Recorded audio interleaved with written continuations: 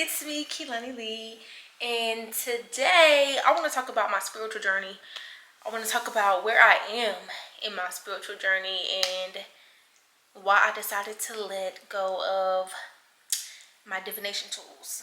I wouldn't say forever, but as of right now, these last couple years, I haven't really been using them. I haven't been dependent on them. But first things first, I do have to give a quick disclaimer. If you are judgmental, if you are closed-minded, if you are one of those really mean Christians, and you know which ones I'm talking about, this is not the video for you, and this is probably not the channel for you. So I release you with love. Please feel free to unsubscribe. You will not hurt my feelings. You live in your truth, I live in mine. You spread your word, I spread mine, and I send you love. I'm not here to convince anybody of anything. I'm not here to convince you to live how I live. I'm not convincing you to convert or whatever y'all be thinking. This is not what this is, okay? This is my channel. I'm here to just share my journey, my experiences, in the hopes that maybe it will inspire or encourage somebody who happens to be in the same position that I'm in, you know? So, boom. Now that we got that out the way, I'm gonna give y'all a second to leave, unsubscribe, do whatever you need to do, get settled in, whatever. So first things first, what are divination tools? Divination tools are crystals, sage, tarot cards, if you're religious, holy oil, holy water, stuff like that. They're tools that you use for protection, for guidance, comfort, whatever the case is. You know, they all have like their description of what they're used for, and that's why people use them, right? So I decided that I wanted to let my divination tools go for a little bit. It's been a few years actually, because I have really been tapping into my power as a spiritual being. You know, I know that we're here as humans having a human experience, but I'm just really locked into my spirit and my higher self. I actually had my very first spiritual awakening when I was 16, and then it was just awakening after awakening after awakening since then on. And I've always known that I was a co-creator in my world, in my life, but I don't think that I really had the confidence to stand in that, you know? So when I was about 21, I stumbled across this book called You Can Heal Your Life by Louise Hay at my papa's house. Rest in peace, Papa. Such a good read. And Louise talks about being co-creators, how God created us as co-creators, and how we create circumstances in our lives, whether we know it or not, all by our thought processes.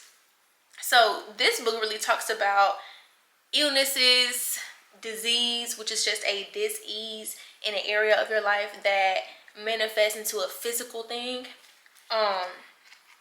In the back of the book, she has like all of these discomforts at the back, and she gives the metaphysical reason behind it, and then she gives a affirmation or two that you can say to help you overcome whatever it is that you're going through. So I'm gonna tell y'all a quick story that I got out of the book that really blew my mind. She talks about how she helped this woman who was nearsighted, and she gave her these affirmations. They unpacked whatever limiting beliefs that she had in her life, and long story short, the lady ended up applying those affirmations to her life and changing her thought process to where she no longer needed her glasses. So she went to one of her sessions and was like, Louise, I can see without my glasses. I cannot believe it.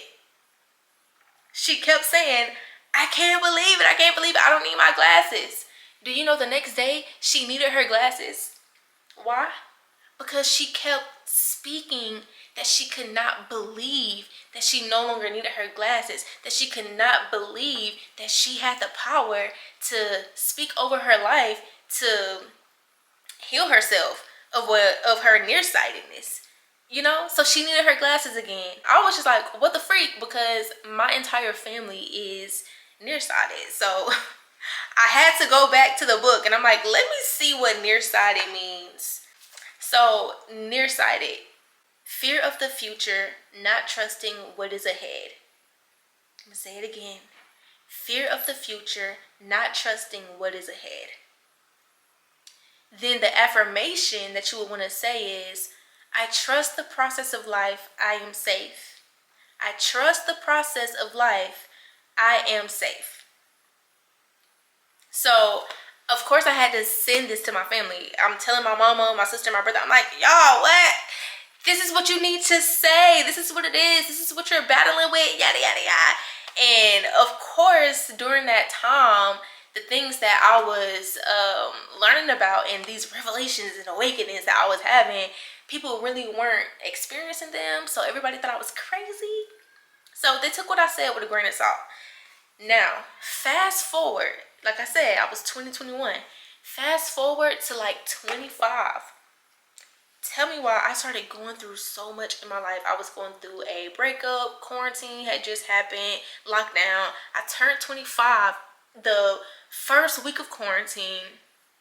I had lost a sense of self and direction in my life. I was scared shitless because I'm also going through another spiritual awakening. My frontal lobe is starting to harden. I'm just in shambles, right? Why I needed glasses? Why did I need glasses? I ended up having to go to the eye doctor and get glasses. And it's so funny because, ooh, eyelash, dang. Okay. When I realized that I needed glasses, I already knew what time it was. I already knew what I had manifested in my life because of my thought process, because of the situations I was putting myself in, knowing and unknowingly. So I was like, well, I have nobody to blame but myself. And I think that's one of the scary things about having your awakenings and starting to become more enlightened by knowledge is that you kind of start to beat yourself up because you're like, girl, you should have known better. Dang it. You know, but when you lost in the sauce, you do start to kind of lose sight of everything that you've learned, because now this is when you're just a human having a human experience. You know what I mean? So I did start applying the affirmations to my life. However, and I'm just keeping it a being with y'all, I am not a perfect human being, and I still do have my glasses. Do I wear my glasses like I should? No. But the limiting beliefs that I still have to this day, just a little bit, is, yeah, the fear of the future. Like, what am I doing with my life? I don't know what's gonna happen. Now, I will say 90% of my life, I am more optimistic, and I say my affirmations, I journal, I try to stay as self-aware as possible. However, that 10% is still 10%. So, you know, let's just be clear there. I'm still a work in progress. You know what I mean? Now, in terms of the divination tools, I just started to realize that I am the source. Being a co-creator, God allowed us to come into this world and create our reality however we wanted to do it. But we have been so programmed to believe that we have to rely on outside sources to get whatever it is that we're looking for. So with the crystals, when I first had my crystals, which I still love my crystals to this day, when I got them, I was so dependent and reliant on them. And a few years ago, and I think it was kind of toward quarantine, I think it was like in quarantine too, I started to realize that I'm giving so much power and authority to these crystals that I don't even believe in myself. I'm just believing in the crystals. I'm giving so much power to this holy oil that I don't even believe that I have the power to protect myself, and I have the power to create certain realities for myself. Now, don't get it twisted. I do believe that when you are giving power to these things, they are going to work. Because that's how powerful you are. Is that making sense? You're so powerful that you can go give authority to an outside source and tell it to work for you.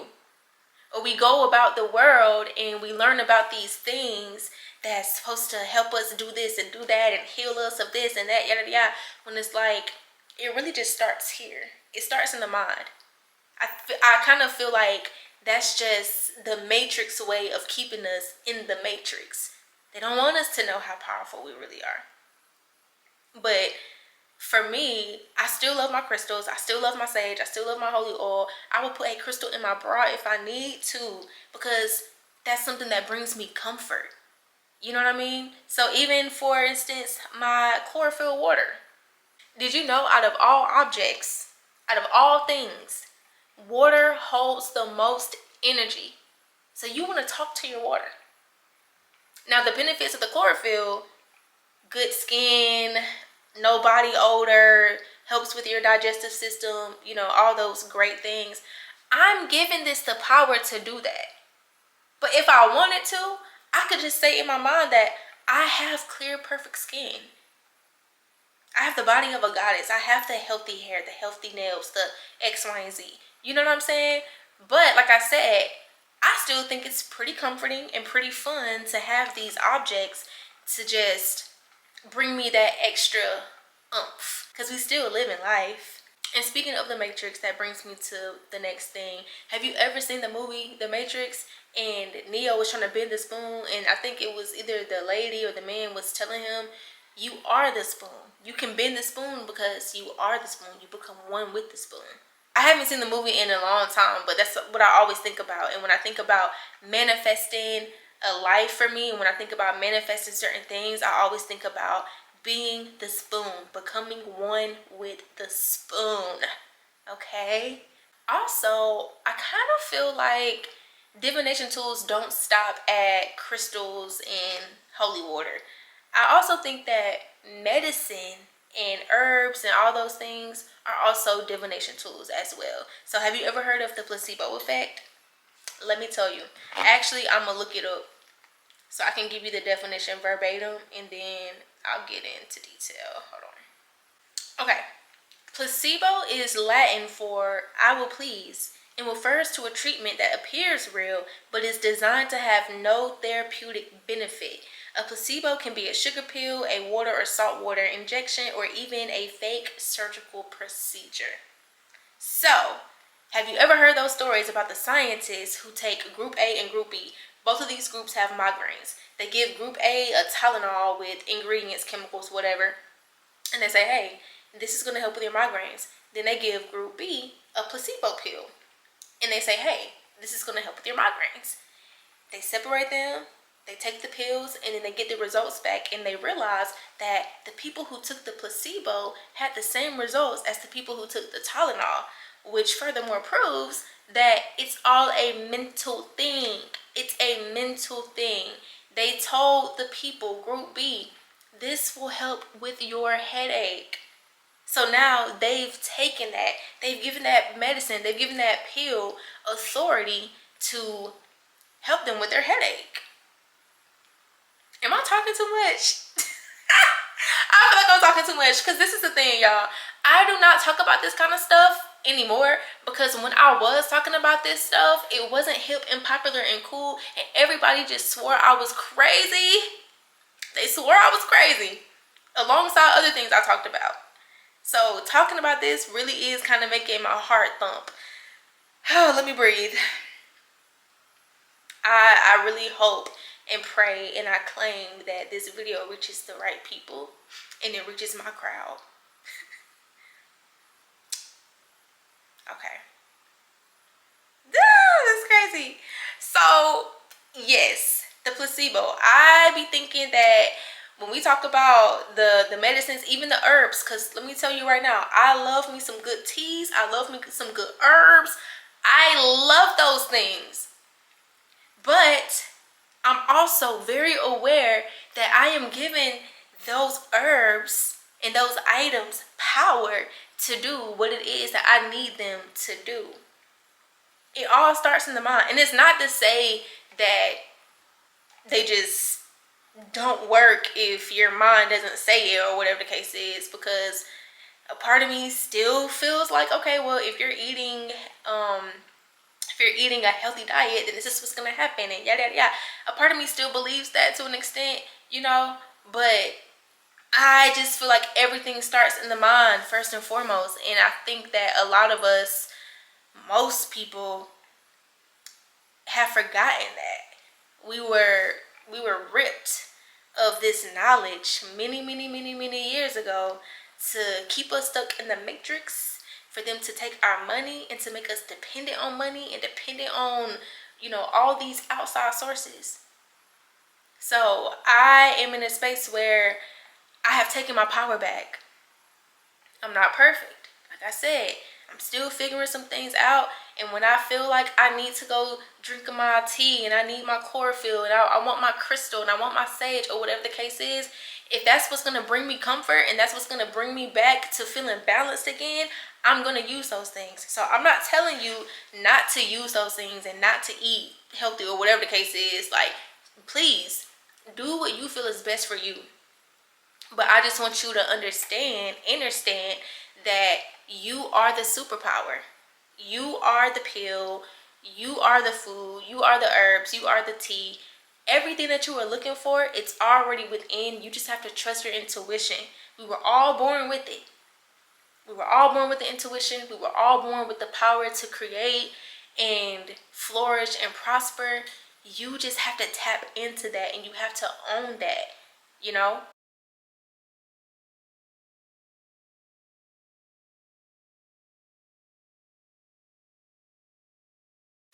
And it takes practice. It definitely takes practice because, as I said before, my spiritual journey started when I was 16. I'm 29 now.